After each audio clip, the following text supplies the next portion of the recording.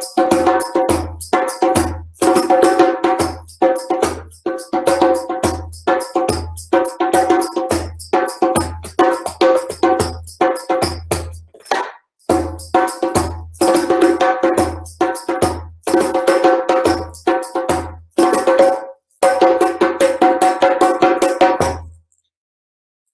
afternoon, everyone. How are you? Welcome to the Jeffrey Vincent Parise Q&A live session. How y'all doing? All right. Look at this. Got to put them on. Well, here we are. Whew. Does everyone have a comfortable seat? Do you have your drinks, your libations, your snacks? Because we're going to be here for 45 minutes, answering questions, laughing, delving into the past, and perhaps the future. Welcome to my home. This has been, when I moved here, I guess about a few months before this whole thing went down. And the goal was to get it to be like the bunker in V for Vendetta, plus some windows, though. I always just admired all the books and the art and the instruments and all the things that man had to keep him busy down there in that bunker. And I feel like I was able to do it because it has been quite a cultural and learning experience. That's for damn sure. For about the first month, I had a friend staying with me in my spare room, and he left for Florida, or for Hawaii. And so for the past 2 months or longer, a little longer now, who knows time anymore, I've been solo. So that's been interesting. Learned a lot about myself. Okay, now you want to learn a lot about me? Then here we go with some questions. Let's start some questions. Here we go. Okay, let's see. Monzi asks, if you could have changed Asmodeus's story in any way, would you have? And yes, how so? Well, Monty, first thing I would have done is to kept him on until the very bitter end. The series finale would have ended with a massive battle between Asmodeus and all the good guys. Yeah, I think that, a lot of people have asked, is there anything I would have changed about Asmodeus? Was I happy with the storyline and all that stuff? Two-part question. A, yes, I was very happy to have been in the storyline at all. I thought he was one of the coolest characters I've ever got to play, and the most enjoyable characters I ever got to play, because I was able to, live out some real dark fantasies, particularly looking Satan in the eye and going, flicking him away. That was fun. Actually, I did this. That's just a little. So that's A. B. I really, because I loved playing him so much, I would have loved to see them flesh him out a little more. Let's see where he came from. He was one of 7 princes of hell, and by the way, all the 7 princes of hell, each one of them stand for one of the 7 deadly sins. And Asmodeus was lust. So I think we could have delved a little further into that. But hey, maybe that's for another series. Which brings me to another question. Let's see here. Let me go. Wait, let's see. Hang on. Sorry, I'm suddenly feel like my parents working a computer. Let's see. Oh, it says, which sin did you cut out? Oh, now I'm on the live feed. I'm switching back and forth from questions to the live feed. So the sin that Asmodeus represented was lust. So lust, in case you didn't hear that one. Yeah. Let's see. Let me go over to, excuse me, let me just work my computer here. Let me work the tickety box and make sure, oh, geez, close that out. Yeah, sorry. Should close all these windows out first. Second question. We're on the second question. I'm trying to work my computer. Oh, geez, hang on. Okay. Let's do this. Let's do this. Hang on. Oh, geez, this is embarrassing. Let's go to questions. Here we go. New window. Okay. Here's another question. Oh, hi. This is from Samantha Beaton. Awesome. Samantha Beaton, awesome. Hi, I've seen a few of your videos, like Her and Gift, and was wondering how much filming you do and how much time you spend editing the video. And then she says, how do you actually do it? Can you explain your process a little? Love the videos and record similar videos, so I'm curious as to how you go about it. Okay. Where am I here? Oh, here we go. I'm back. So these videos she's talking about, if you guys have seen, over this, I always make little shorts anyway. I've made little documentary short films, but during this quarantine, I've made little poetry films. And the one started out with Her, which was, I had actually shot it a couple of years ago, and I was never happy with it. I was never happy with the narration. I did some weird stuff with my voice, and I layered it, and the music wasn't mine. And I thought, I'd always said to myself, you know, if I ever had time, I'd maybe go back and rework it. So I had time. And so that was the first one I worked on. And I redid the narration. And my friend who I was mentioning earlier who was staying with me, he's a musician. And I play instruments as well. And so we together made a song for the short. And then I redid and then I just put the narration over the video I had already shot with the new song. And if you haven't seen it, it's only 2 minutes long. Why don't we show it? It's called Her.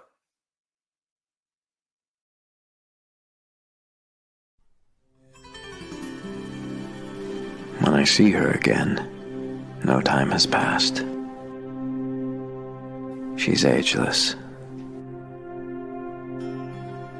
I become ageless. She's had the same look for millions of years, yet her beauty surprises me every time. I'm rising up, falling away. Rising up, falling away. Rising up, falling away.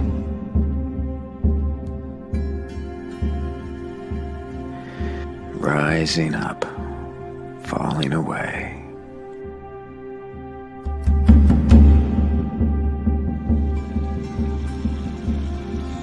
She washes out old thought, fills me with new thought.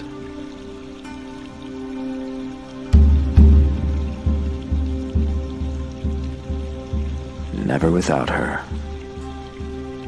She is always within. She proves it to me when I taste my tears. We are never separated, no matter what they say. I am always on her side. To betray her would be to betray myself. She remembers this man as a boy. She reminds him what it is to be inspired. To inspire. I am made from particles of her. I will always love her until I return to her.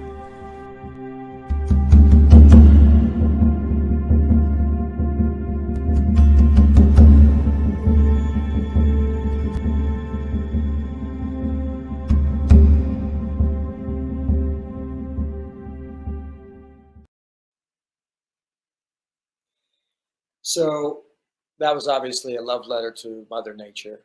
Um, and I'm seeing some questions about like creativity and process, and the person you originally asked about this was asking about the process. And that's one of the things. It's like, it, it, it's only over when you say it's over. So like I had said, I had already did another version of this a couple years ago, but there's no rules to this. So like, if you don't like it, you can still work on it, or you just put it away and go on to the next one. Like, so then that then inspired me to make a couple little more, and and I wanted to do them just quick little, almost thoughts. And the next one came because my friend Ryan Peavy from General Hospital, if you guys are General Hospital fans out there, you know who he is. We've remained friends since then, solid dude. And he is an incredible photographer, and he had been taking these really amazing videos, and he called them his isolation series.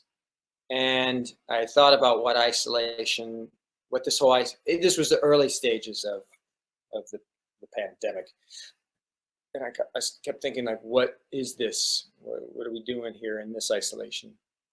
And so I asked if I could use a few of his videos to make another one.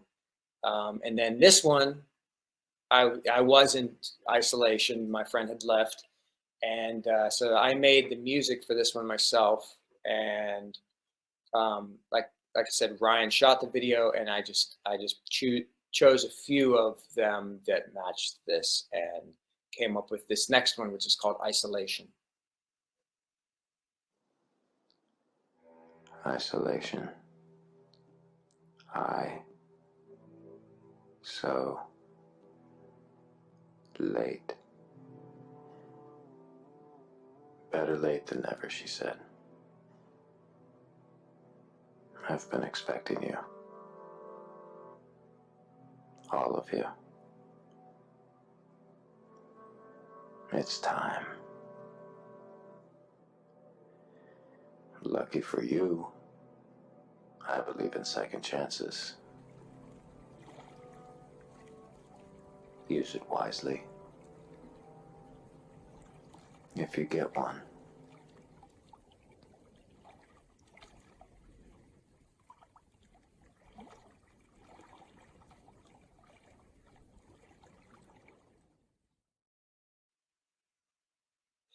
So that one for me was, yeah, it's, if you get one, it's like there's so many people that aren't going to get a second chance after this, and it's tragic. And I think this has forced us all to think about our mortality and just how fragile this life is. And to be isolated and sort of told to stay home, and well, if we do get past this, which most of us will, what are we going to do with that second chance?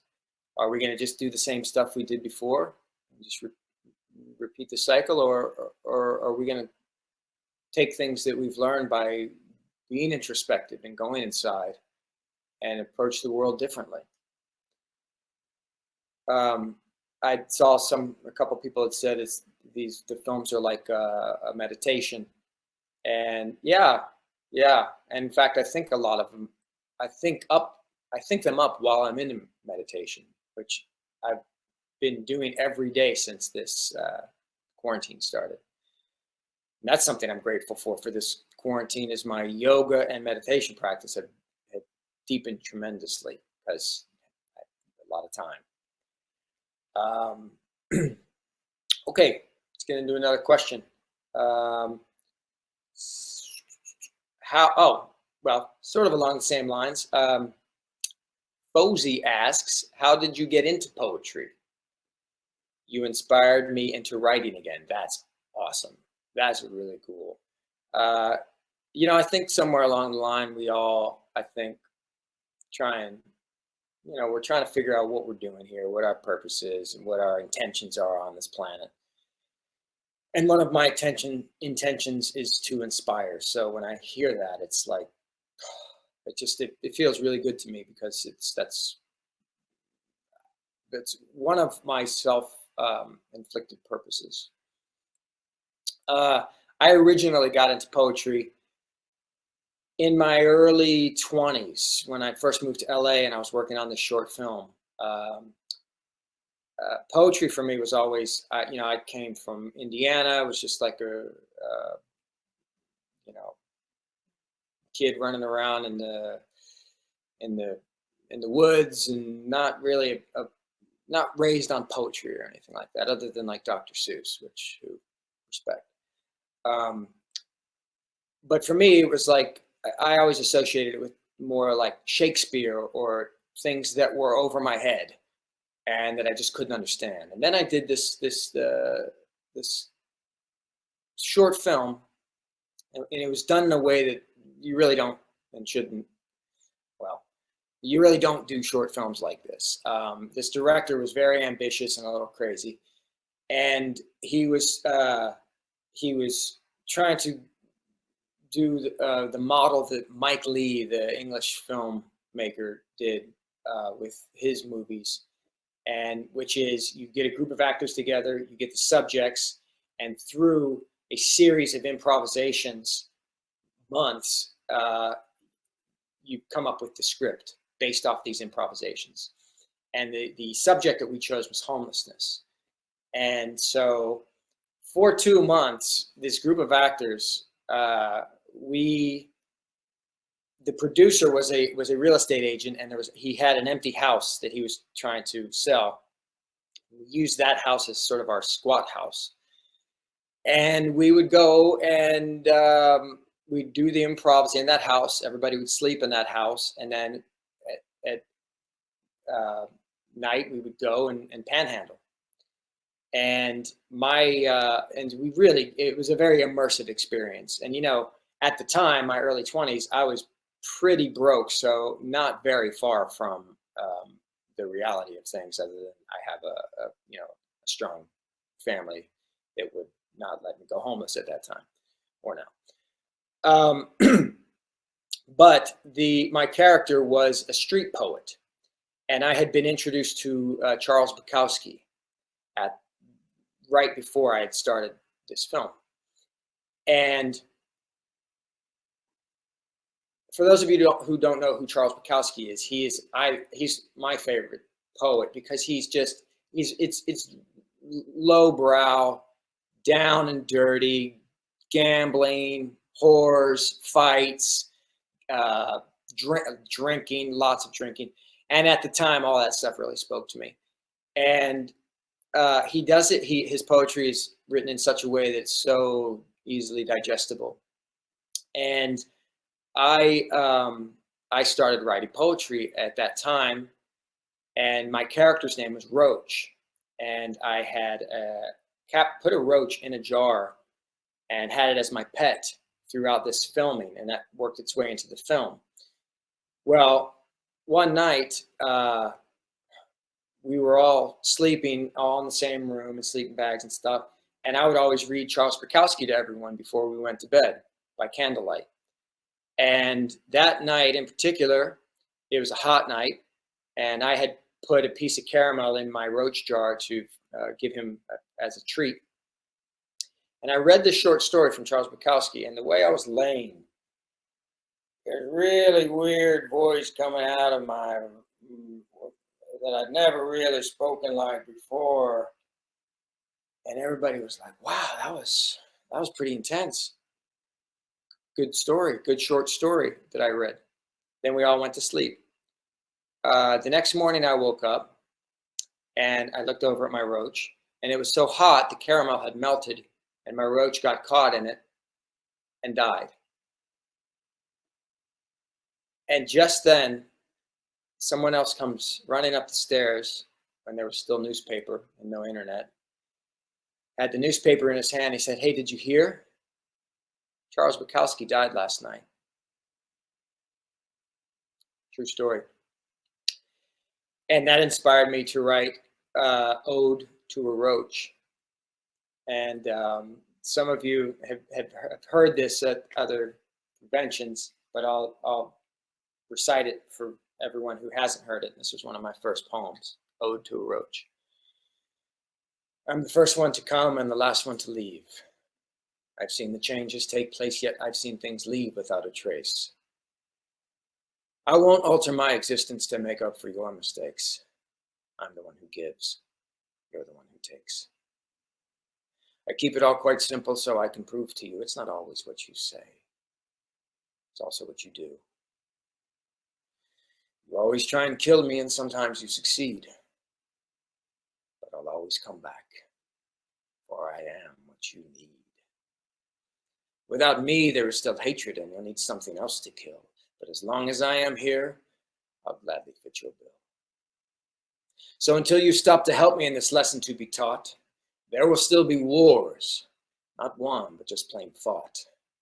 And fights are never won if both sides both think they're right. That's when that very issue becomes the center of the fight.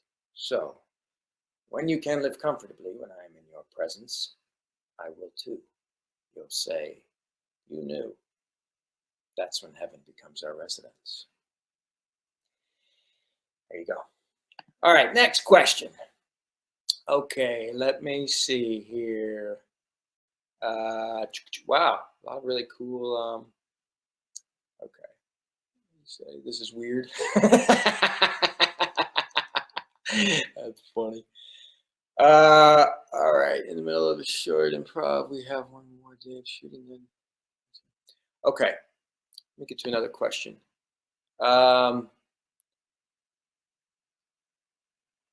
If you could give, this is from JT Supernatural Fan. If you could give Asmodeus a supernatural pet, would it be a hellhound or something else? What would you name it? It would probably be the Shadim that he was trying to free and rule all of existence. Yeah. Let's see. Somebody asked about the, let me go back up to that one. The fox painting. That is actually from one of that. So that fox painting, actually, I have this one here. It's been sold, the original, but it's now a print. And I originally did this one because I was feeling low that day. I was feeling pretty blue.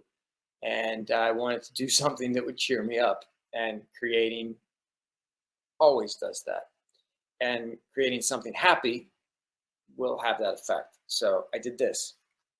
In fact, like I said, that's one of my prints. Well, we'll get to prints now because I guess this is the tip system. The biggest tipper gets a Zoom session and a free print. This one right here that I'm holding. This one is called Of the Earth Who Seek the Skies. But I have 4 prints available if anybody's interested. I think we have photos of them too. But I can also show you how big they are in scale. We have this one. And then there's a bigger version of the owl.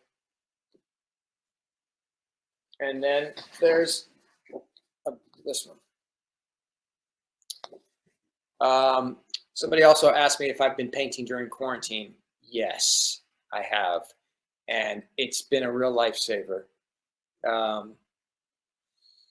Yeah, it's something that gives me purpose in the morning, to get up and go into the studio and create something. Um, I think that so many of us, and me included, when I'm not working on something and I'm trying to think what's going to be my next painting or what's going to be my next project, there's this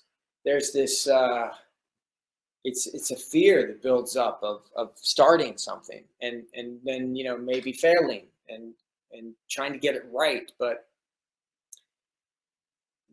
there like I said earlier, there's no rules to this. Like, just it's the act of creating. Personally, for me, and I think it applies for a lot of people, although that's why you see so much of it, is the same feeling you get when you're in love.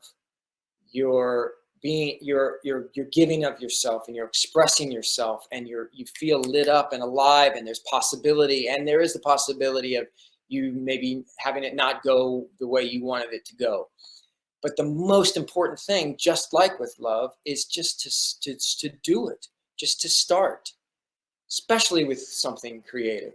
That first line is always the hardest. That first stroke of the paint to canvas is always the hardest, but then you've begun.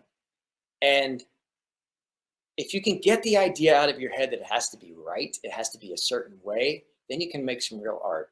Then you're open to mistakes, beautiful mistakes. And most of the times, those beautiful mistakes are going to be the next thing that gets you to your next creative level. You want to see some of the, I think I've done 4, actually now 5, but I have photos of 4 lined up for you guys to see of the paintings that I've been doing while in quarantine.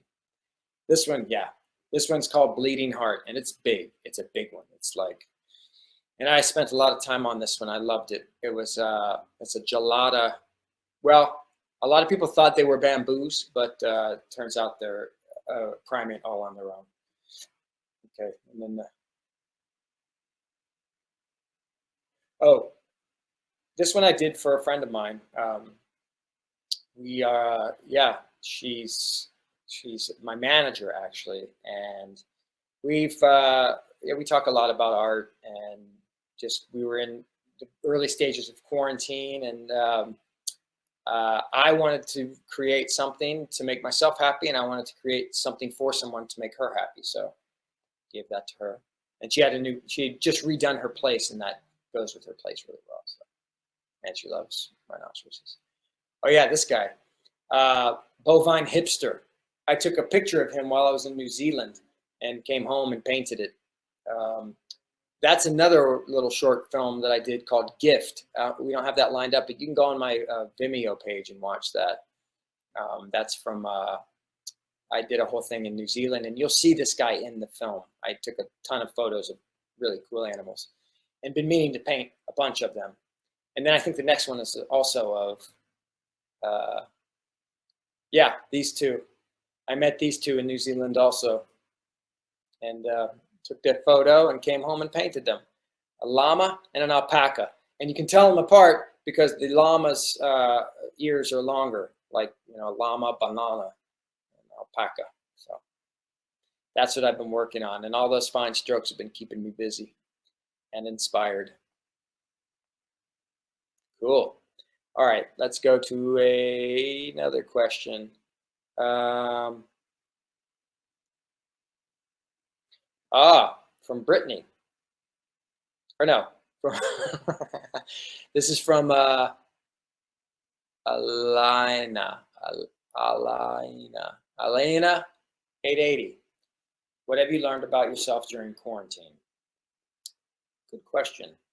I think it's one we should all ask ourselves. I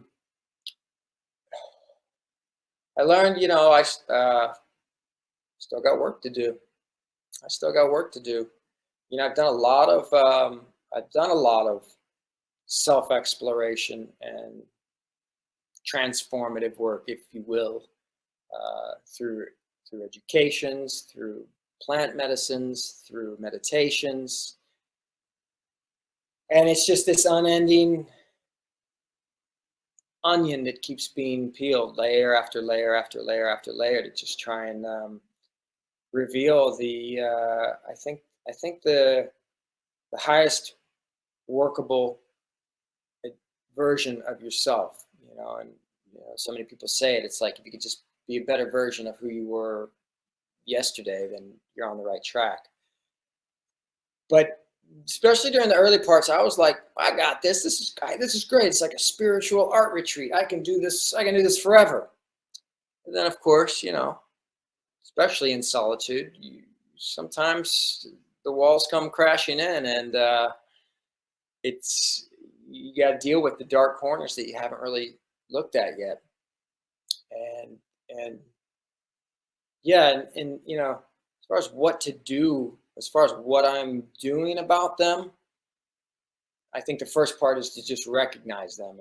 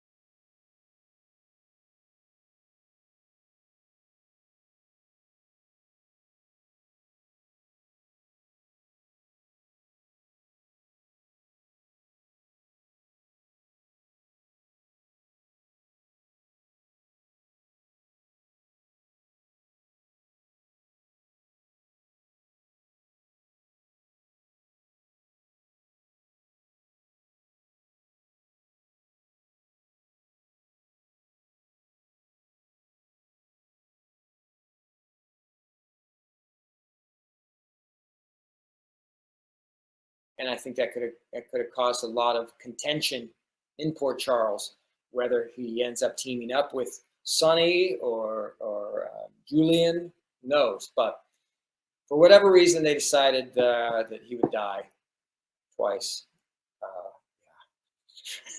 And then his brother would come, and then that just sort of faded away. That was one where, I think they could have fleshed that character a little more. But I understood. I think they wanted me to. I know they wanted me not to be a twin, but to be an older brother, and so that would require shaving and cutting my hair off. And I wasn't under contract, and I had other offers lined up.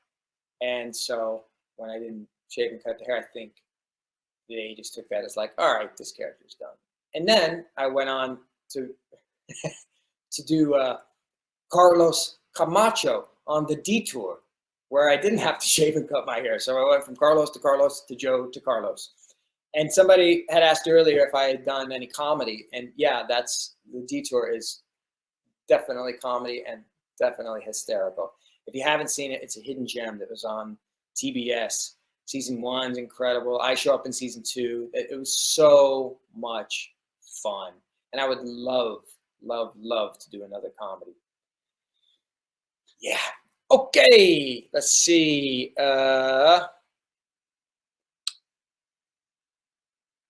Okay. Let's see.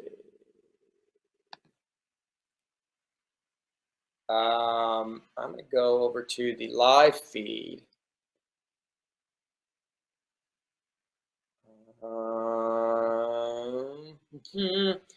Which ones of your paintings are you most proud of? That's from Jonky Wow.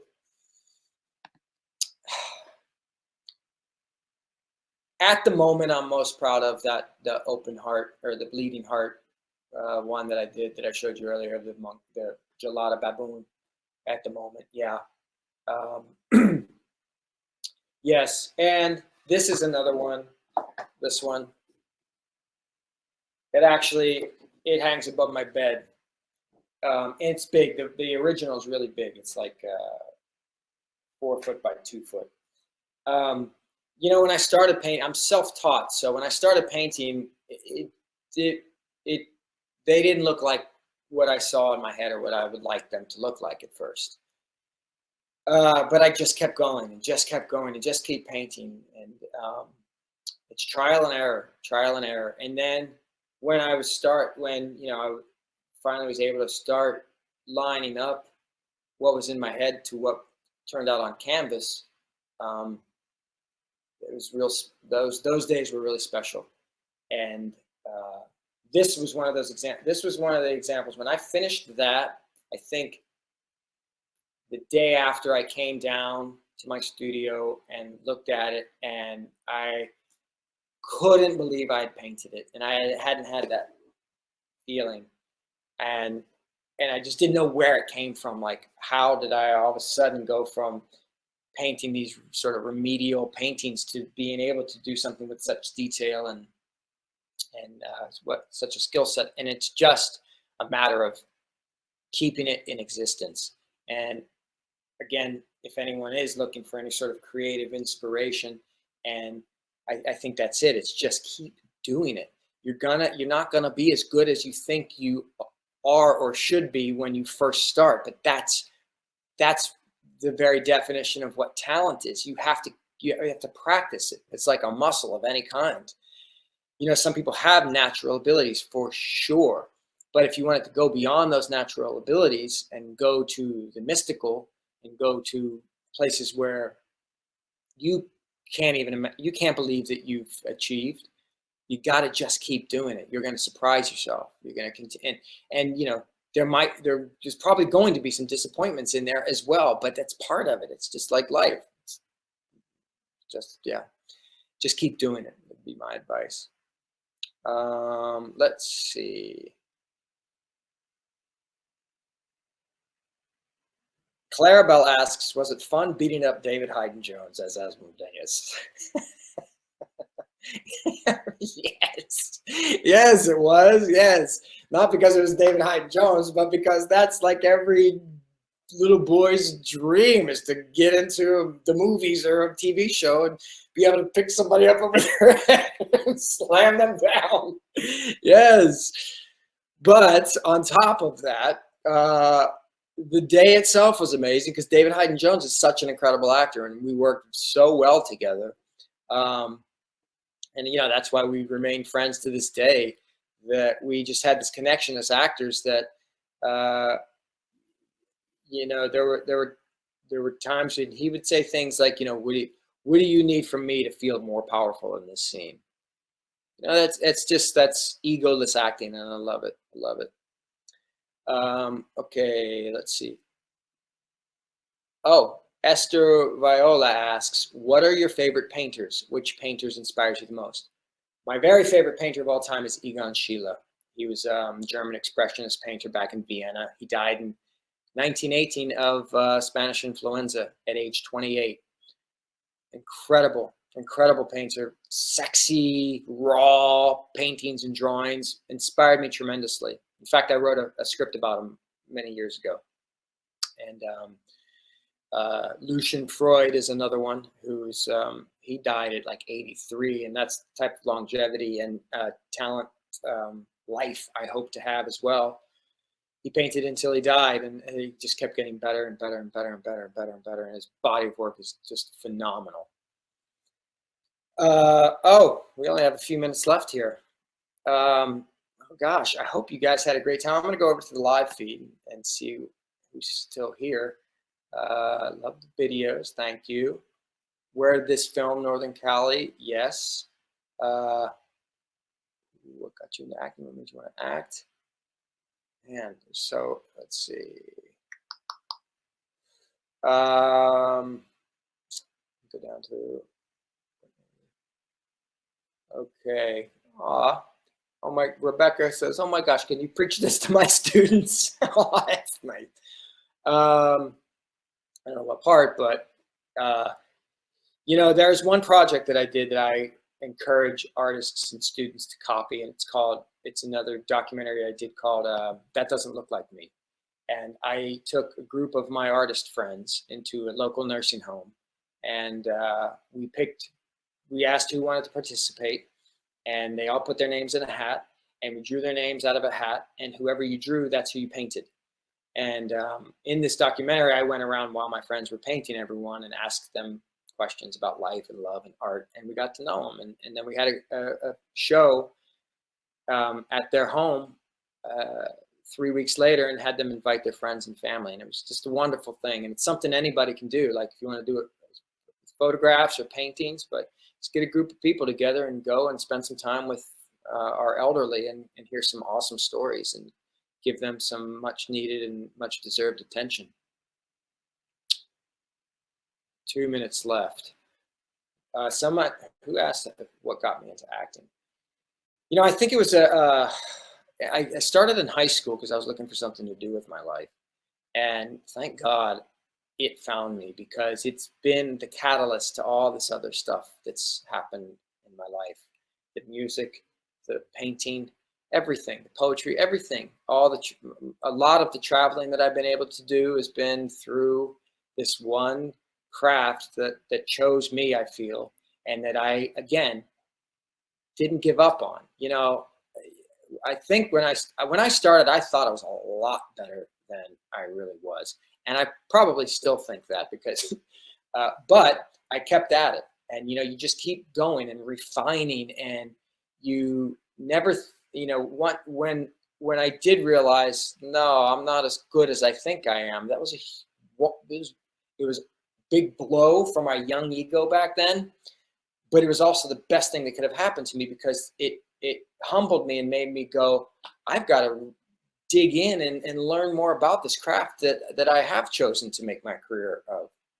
And so that's why I really like to get deep into characters and alter voices and alter the way I speak or I walk and move and think even. So, and again, that acting is what opened up my world in ways that I couldn't have even dreamed of growing up in Indiana.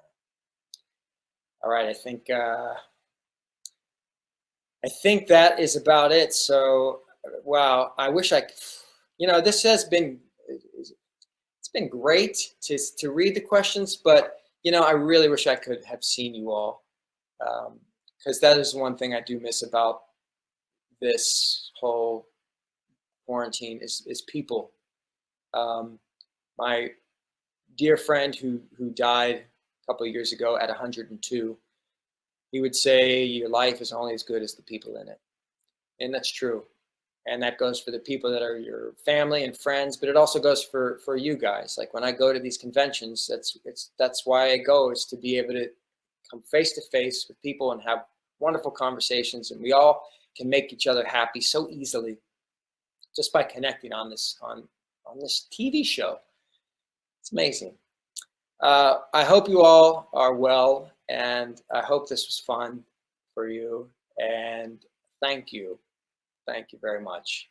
And I'm sending a lot of love to every one of you. And stay creative in whatever you do, and stay sane.